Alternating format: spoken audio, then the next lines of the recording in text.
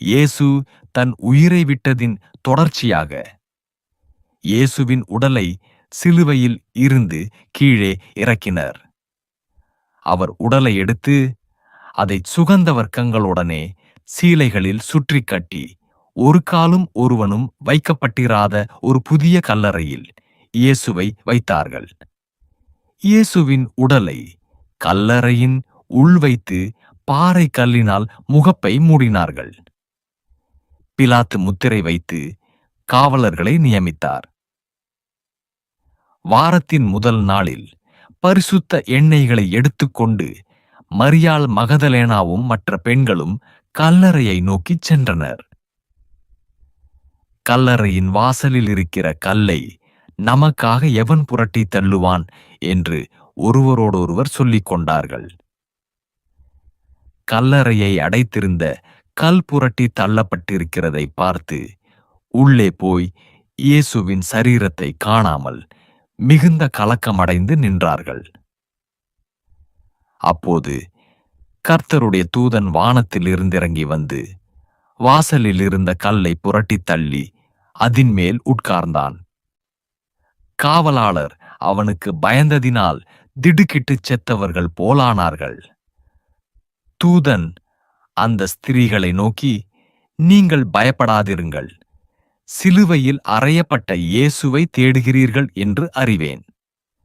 மனுஷகுமாரன் பாவிகளான மனுஷர் கைகளில் ஒப்பு கொடுக்கப்படவும் சிலுவையில் அறையப்படவும் 3ஆம் நாளில் எழுந்திருக்கவும் வேண்டுமென்பதாக அவர் கலிலேயாவில் இருந்த காலத்தில் உங்களுக்குச் சொன்னதை நினைவு கூறுங்கள் என்றார்.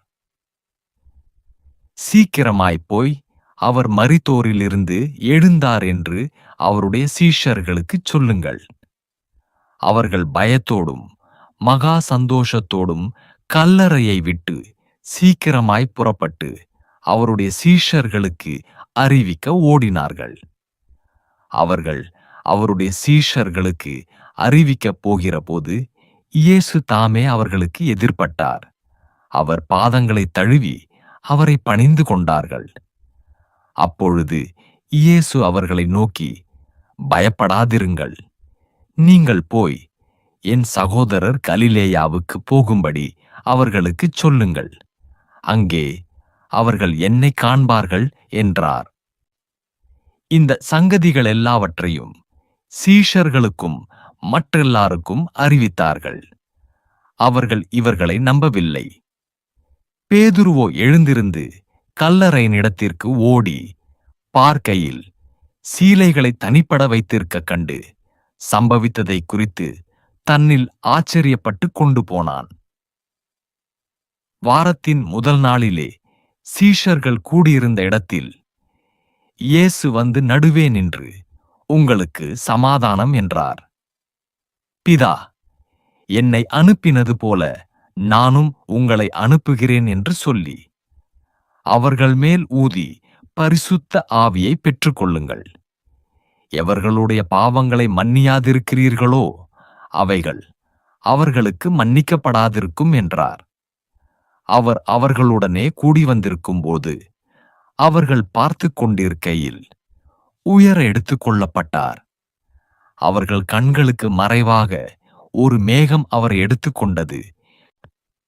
அவர் போகிறபோது அவர்கள் வானத்தை அண்ணாந்து பார்த்து கொண்டிருக்கையில் இதோ வெண்மையான வஸ்திரந்தரித்தவர்கள் 2 பேர் அவர்கள் அருகே நின்று, உங்களிடத்தினின்று வானத்துக்கு எடுத்துக்கொள்ளப்பட்ட இந்த இயேசுவானவர் எப்படி உங்கள் கண்களுக்கு முன்பாக வானத்துக்கு எழுந்தருளி போனாரோ அப்படியே மறுபடியும் வருவார் என்றார்கள்.